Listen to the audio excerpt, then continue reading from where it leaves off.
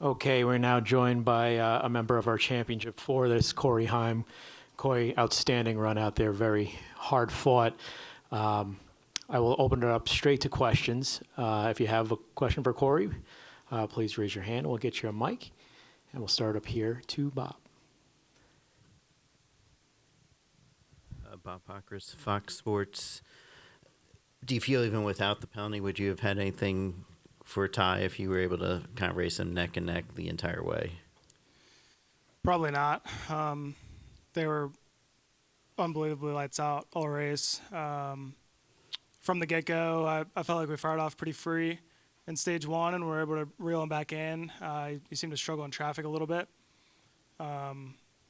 And once they adjusted on it, and once the caution started cycling to the point where we never really hit a lot of lap traffic, it was about over for me. I was able to take the lead from him at one point and race him super hard to try to get him, to slip a tire, and he did a little bit with me on his door, just racing him really hard. But they were lights out. They were probably 2/10 better than me a lap, me pushing 100%. And then the unfortunate part is I feel like our Tundra 2 Pro is really good. We were probably 2/10 better than the guys behind us. I feel like if you take him out of the equation, we were far and beyond the best truck. We were able to hold off the 19 on 10-lap faster tires, and he was still driving away from both of us. So it's hard to even be frustrated. It's like, what could I have even done at that point? But super proud of everyone at Track on Garage, Shorter Racing, and Safe Flight. They've put together a phenomenal 2024 campaign, and nothing to hang our heads about. it's definitely easy to be bummed out sitting here finishing one spot short, but it's part of it,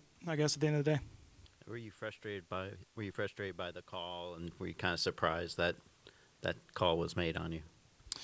Yeah, I was surprised, I guess would be the best way to put it. I was really frustrated at first because I didn't really understand. I haven't really seen a replay of it yet, so I guess I'd have to go look at it. But it's hard for me to sit here and criticize without ever seeing it. It was just a instinctual reaction for me to just go for it, and I thought I saw the 38 kind of pulling down towards the apron, and then he sort of cut back is what I saw, and then I just kept tracking that initial line that he had down to the apron, and I'm sure it looked bad on TV, but it's a really big gray area rule with everyone how we dip down to the apron, because at the end of the day, if the leader stays up onto the actual racetrack and doesn't cut to the apron, and someone cuts down to the apron, that's also getting out of line too soon. So like I said, it's hard for me to sit here and criticize anybody without seeing it, but I was pretty surprised at first because I had no idea I did anything wrong to begin with, but I certainly could have.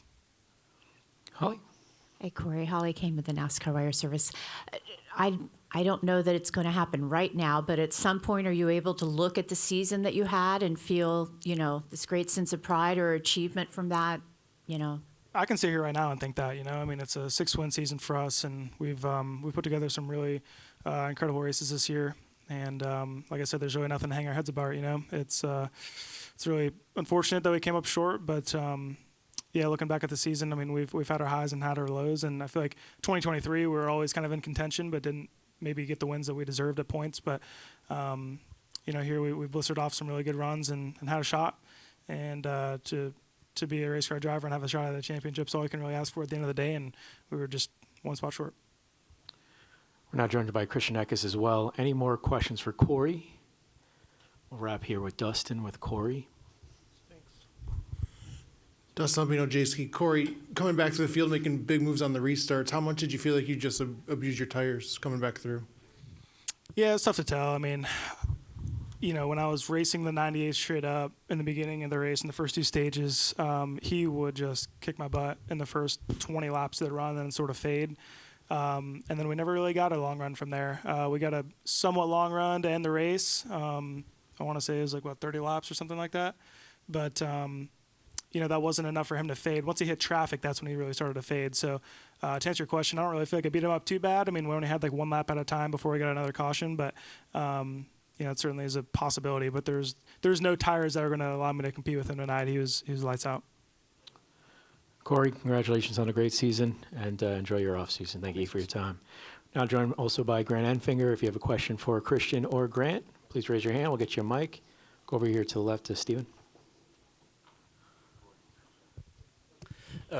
Steven Stump, Frontstretch.com. This is a question for both you guys, similar to what Dustin asked to Corey, you guys made up so much ground on that final restart, but did it just kind of wear your tires out to where you guys just couldn't have the strength to hang in with the 98 at the end? Yeah, I mean, it initially had more grip, but I feel like I had to abuse the tires to make the moves that I was doing. So eventually just ran out, but yeah, I felt like the tires kind of equalized there to a certain degree because of the vehicle that we had versus the 11 and 98. Yeah, I mean, pretty much I was in the same boat there. Like, we could go for a little bit, but at the end of the day, the trucks that were better than us finished in front of us. So the new tires were good for the restart, and it kind of made you be able to easily pass the trucks that you were better than anyway. But it was only like 5 laps difference on tires. If it had been more than that, maybe it would have shown up more in the long run. Thank you. Any other questions for either of these gentlemen? We'll go front to Bob.